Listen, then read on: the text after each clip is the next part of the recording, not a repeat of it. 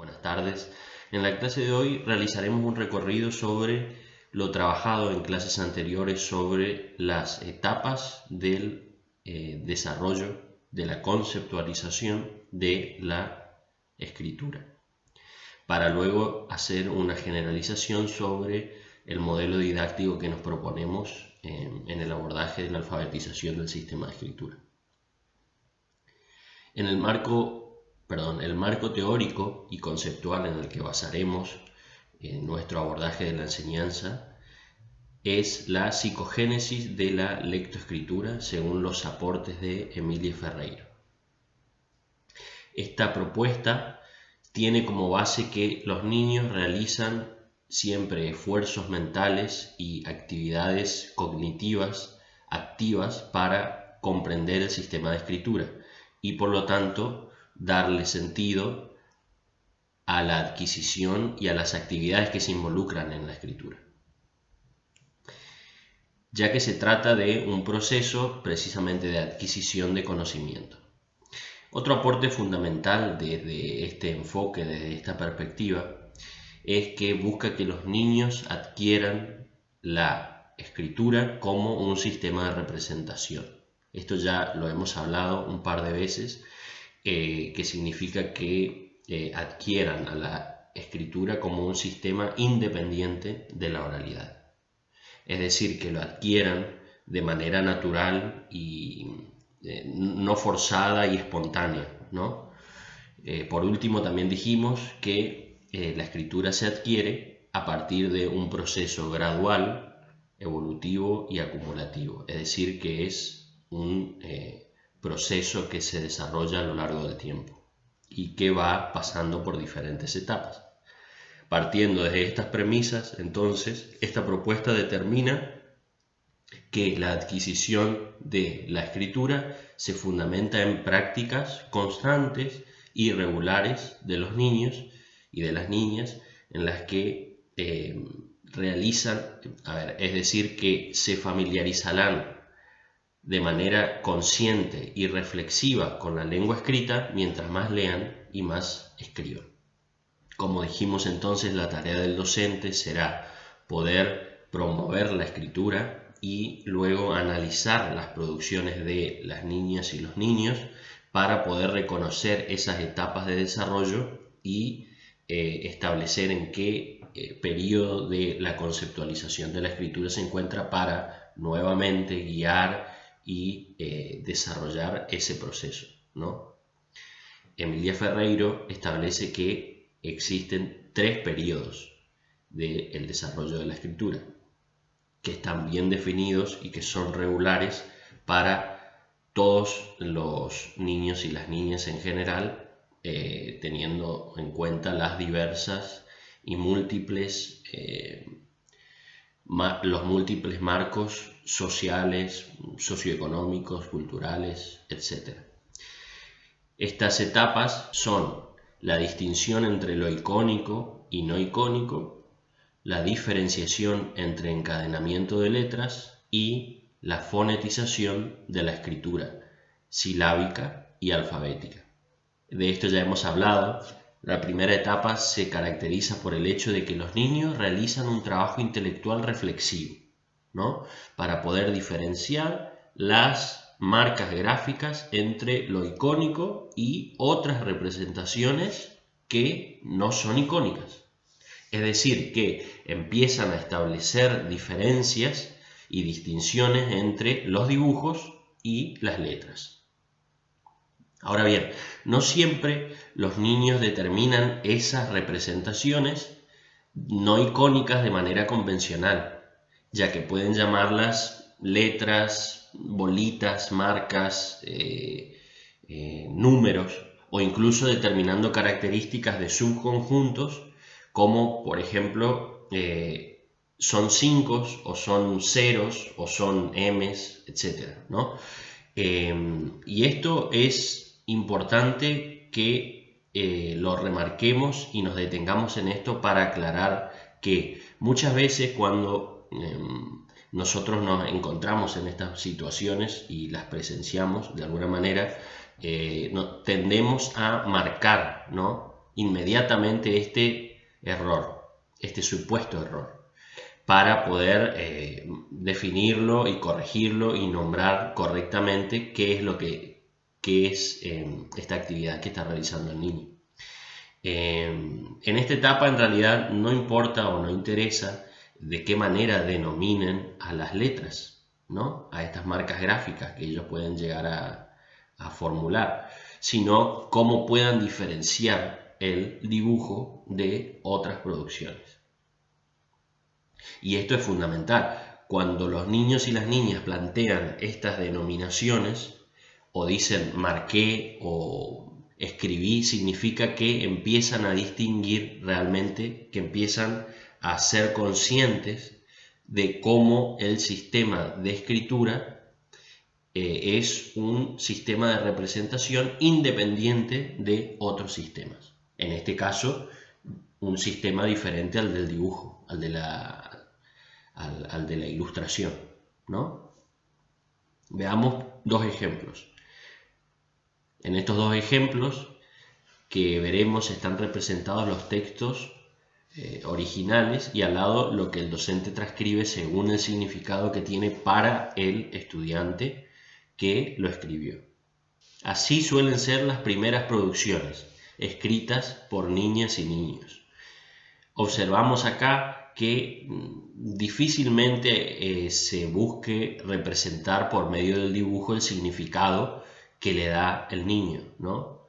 Vemos que aún no hay un ordenamiento secuencial y horizontal de las marcas gráficas y priman en esta imagen los garabatos, pero siempre con un sentido, porque cuando los niños realizan este tipo de producciones siempre es importante que podamos realizar preguntas. Decirle qué dice acá o qué quisiste expresar, qué quisiste escribir, entonces ellos le dan un sentido a esa escritura. Y de esa manera nosotros también recuperamos y establecemos esas diferencias que decimos. La diferencia es que ellos están distinguiendo esas producciones de otras representaciones ilustrativas y otros dibujos. Aquí ocurre lo mismo. Observamos que de ninguna manera hay un intento de representar los objetos, sino que se determinan marcas gráficas y pseudoletras que para los niños tienen otro significado. Aquí sí ya podemos observar que estas producciones tienden a ordenarse horizontalmente. Y también en estos ejemplos observamos dos características del primer periodo, que es la utilización de grafías primitivas, los garabatos, pseudoletras y a veces también letras convencionales. Ahora pasamos al segundo periodo, que es la diferenciación entre el encadenamiento de palabras. En esta etapa, los niños y las niñas empiezan a establecer diferencias entre y en las palabras, determinando sus condiciones de legibilidad. Esto lo plantean a través de hipótesis que las niñas y niños elaboran respecto a las palabras. Hipótesis de la cantidad mínima e hipótesis de la variabilidad interna.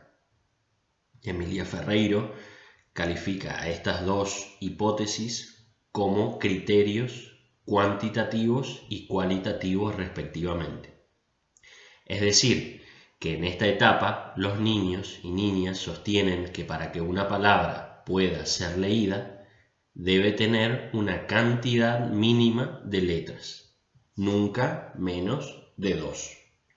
¿Esto qué significa? Que si una palabra está producida por 2 letras, entonces estas palabras no pueden ser leídas, no pueden ser interpretadas. Por otra parte, las palabras no deben presentar la misma letra repetida, aunque esto a veces varía. Cuando observan palabras que repiten la misma vocal o la misma consonante un par de veces, tampoco sostienen que puede ser leída o interpretada. Este criterio es de variabilidad intrarrelacional. Y por otra parte, cada palabra o nombre debe tener letras distintas a otras palabras.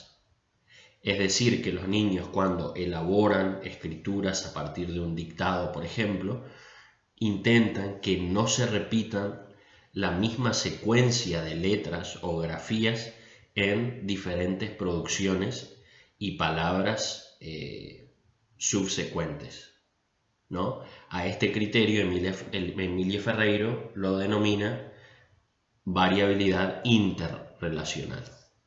Vamos a aclarar esto mejor con unos ejemplos, pero primero aclaro una cuestión, que yo aquí estoy utilizando los términos letras y palabras solo a modo explicativo, ¿no? Para que pueda ser un poco más claro lo que planteo.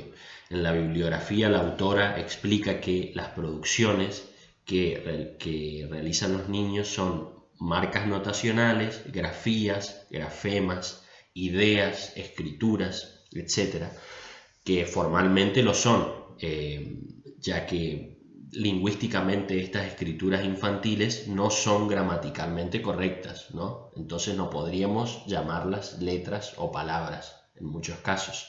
De todas maneras, sigo nombrándolas así para poder ser algo más claro en estas explicaciones que tienen cierta dificultad, ya que se trata de una exposición, de un video expositivo, ¿no? Veamos entonces unos ejemplos para poder ir aclarando algunas de estas cuestiones.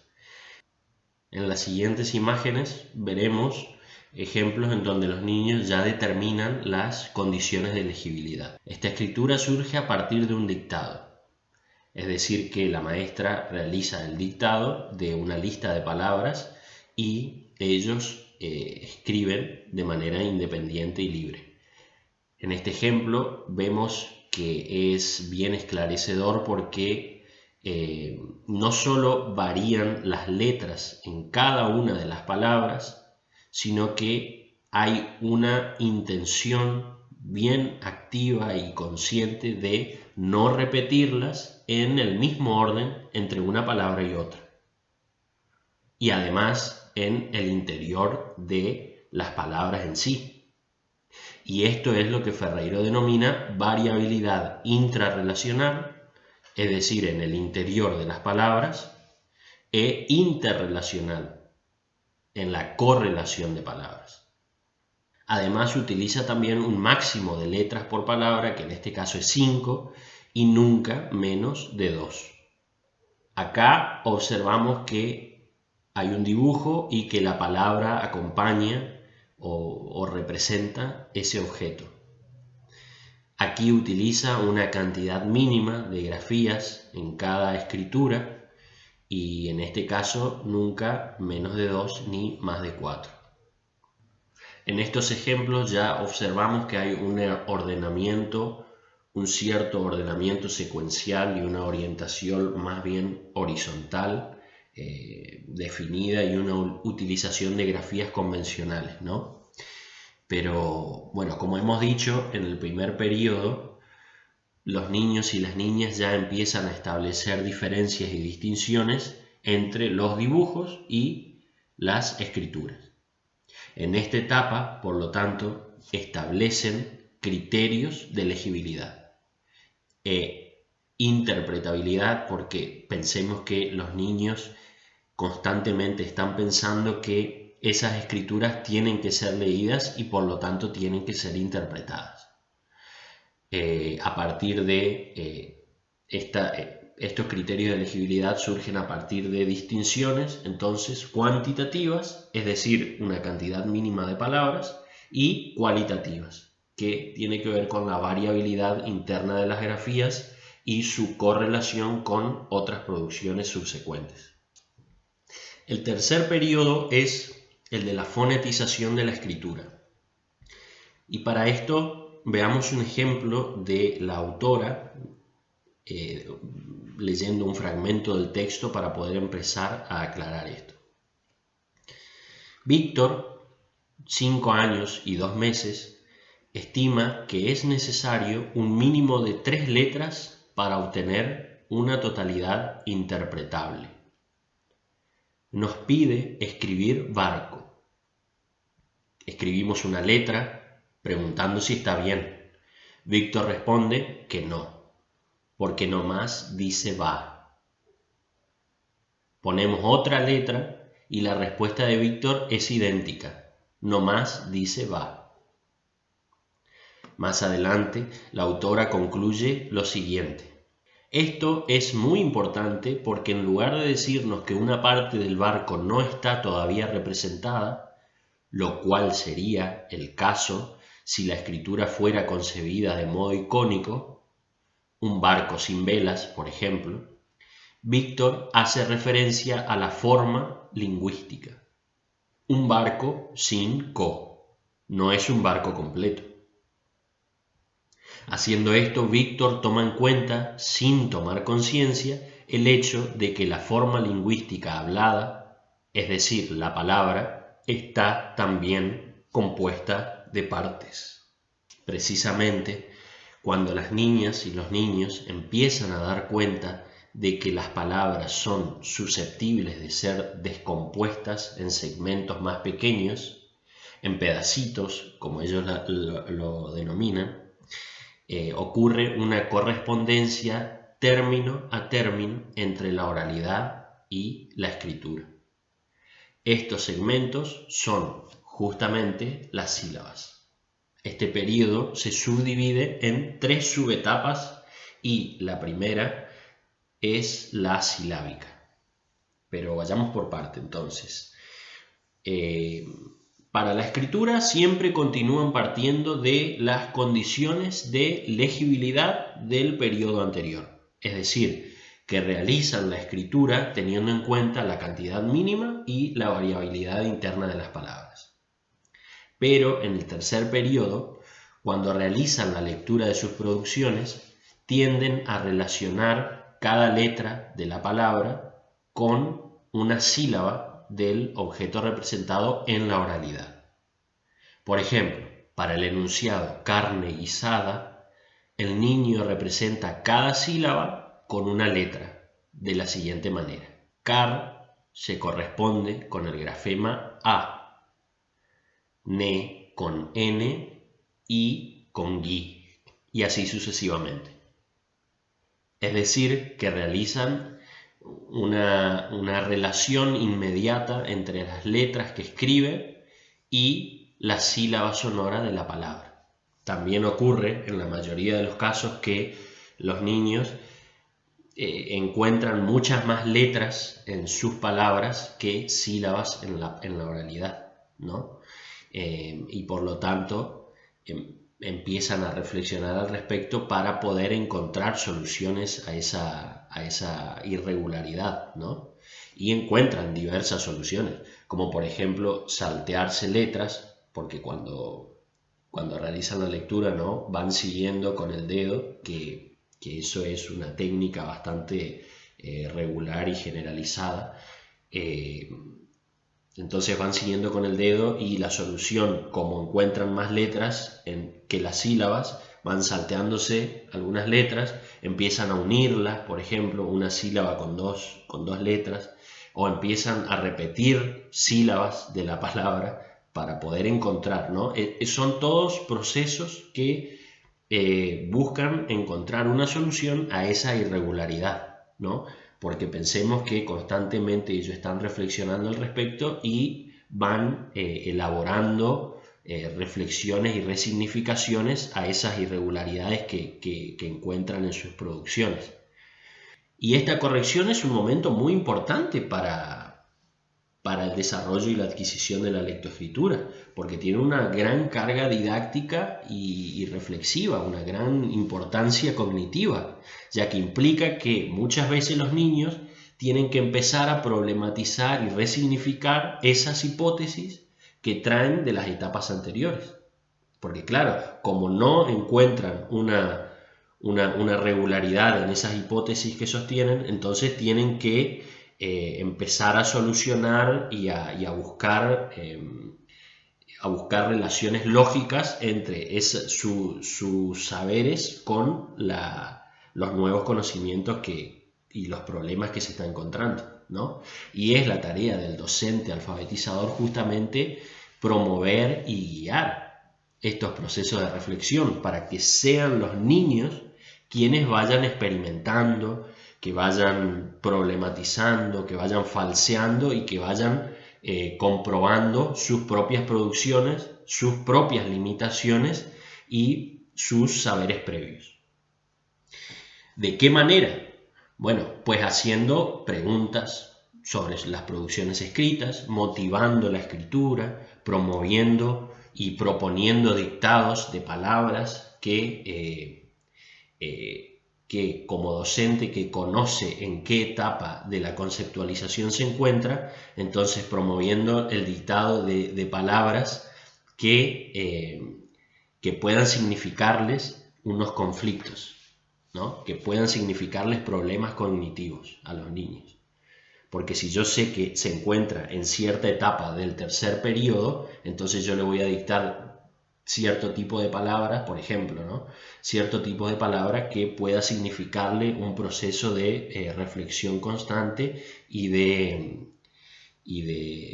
resolución de problemas. Entonces, de esta manera avanzan hacia el desarrollo y la adquisición del sistema de escritura, siempre, por supuesto, de manera gradual, procesual y regular. Por ejemplo, aquí vemos que ya no se cumple la hipótesis de variabilidad intrarrelacional, debido a que observamos que repite el mismo grafema 3 veces, cuando antes sostenían que una palabra no podía tener la misma letra repetida, ¿no? Entonces, sin embargo, acá ya empezamos a comprender que está en el tercer periodo de conceptualización, debido a que para cada sílaba de la palabra manzana utiliza la misma letra. Y obviamente para arribar a esta conclusión debió cuestionarse, debió omitir quizás temporalmente esta hipótesis o incluso dejarla de lado para poder avanzar a una etapa posterior de reflexión, ¿no? Para una etapa para la etapa silábica de la escritura del tercer periodo. Además, en esta etapa, las niñas y los niños empiezan a distinguir y a reconocer con más facilidad ya las letras del alfabeto, ¿no? No todas, en muchos casos, pero sí la gran mayoría, y por lo tanto también empiezan a familiarizarse con las escrituras de su entorno, que, como habíamos dicho en algunas ocasiones, sabemos que constantemente nosotros estamos rodeados de escrituras en nuestro contexto, ¿no? De la vida diaria. Entonces, esta situación también conlleva muchas dificultades para mantener la hipótesis silábica. Porque, por ejemplo, si para ellas y ellos las palabras se conforman por una letra por sílaba, ¿cómo entonces explican que las escrituras de su entorno tengan tantas letras o tantas grafías? Precisamente hay un sobrante de letras que poco a poco van a ir reflexionando y justificando para poder darle sentido. Por ejemplo, acá la solución que encuentran es empezar a colocar más de una letra por sílaba. Claro, precisamente se trata de ir abarcando poco a poco todas las letras que encuentran en las escrituras que leen en su entorno. Aquí vemos que las sílabas ya poseen más de una letra, aunque aún no hay una correspondencia exacta con todas las letras del alfabeto. A esta subetapa la autora denomina silábica alfabética, es decir, que es una etapa intermedia que observamos cuando utilizan vocales y consonantes en algunas sílabas, pero no en todas. Por último, la subetapa final del tercer periodo de fonetización de la escritura es la alfabética, que se da cuando las niñas y los niños adquieren conciencia del sistema alfabético y sus grafías, y buscan una correspondencia entre todas las letras de las sílabas orales con la de la escritura. En este ejemplo vemos que prácticamente hay una correspondencia total entre las vocales y las consonantes de las sílabas, y se acepta, por lo tanto, la coexistencia de sílabas en el interior de las palabras. Esta última etapa significa entonces la evolución completa del proceso de conceptualización de la escritura, porque los niños ya comprenden y saben cómo se estructura y de qué modo funciona el sistema de producción de la escritura, ¿no? De todas maneras, cabe aclarar que llegados a este punto, como alfabetizadores, tenemos que hacer frente a otros problemas, a otros aspectos de la escritura que, como podemos ver en el ejemplo anterior, son bien observables, ¿no? Por ejemplo, la ortografía o las palabras como unidades lingüísticas individuales, la separación de palabras, los signos de puntuación, etc. Lo importante es que en las aproximaciones tradicionales de la enseñanza de la escritura se concebía a las producciones de este periodo como errores graves de la norma, ¿no? Pero en realidad, si consideramos los procesos evolutivos, las reflexiones involucradas en la elaboración de textos y los avances cognitivos que se involucran en la adquisición de las lectoescrituras, como lo vimos en los ejemplos, ¿no? Sabremos que en realidad no se tratan de errores, no se tratan de desviaciones, sino que se tratan de avances y de éxitos en la conceptualización del lenguaje. Para concluir entonces el enfoque de la enseñanza de la escritura que hemos abordado en clases anteriores y en esta videoclase se denomina el modelo didáctico alfabetizador, que, como también lo hemos planteado muchas veces y que me parece fundamental que quede más bien claro, la principal característica será concebir a las niñas y los niños como sujetos activos, pensantes y reflexivos respecto al conocimiento y respecto a la adquisición de los diferentes sistemas de escritura.